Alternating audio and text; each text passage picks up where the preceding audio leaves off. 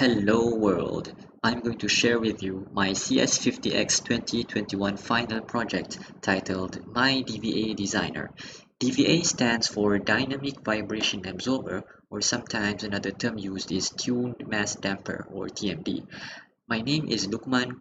I'm from Kuala Lumpur, Malaysia, and I'm a mechanical engineering graduate from University Technology Mara UITM.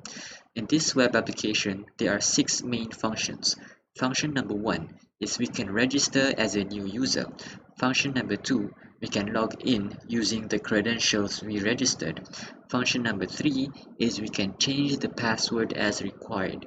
Function number four, we can see a list of designs, but in this case, I don't have any design yet.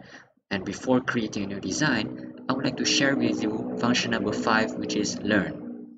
This is a basic introduction on what a DVA is, what are the important keywords, and how it is designed. For this short video, suffice to highlight that this web application assists users to calculate this formula, which is derived from Randy Fox's method in designing a DVA. So the term M here is what I refer to as the primary parameter, which is the variable that we are seeking the value, while on the right hand side is the constraint parameters in which we need to key in the values. Now let's try and create a new design. First, we need to identify the primary parameter, and there are actually various options here according to the 8 variables, and for each variable there are different formulas which are actually just rearrangements of the initial formula shown in the learn section.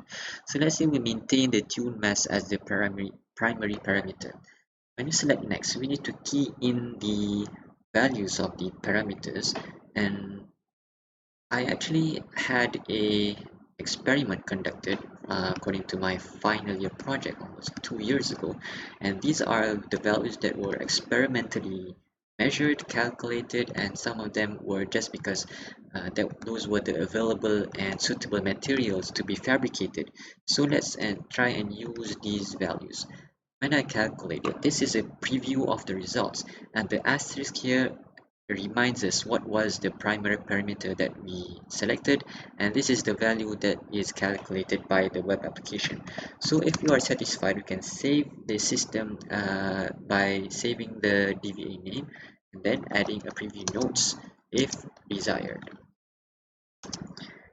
And now back to the designs dashboard. We can see the list of design name, and DVA1 is the new design. You can edit, rename, or delete it, or you can just view it here.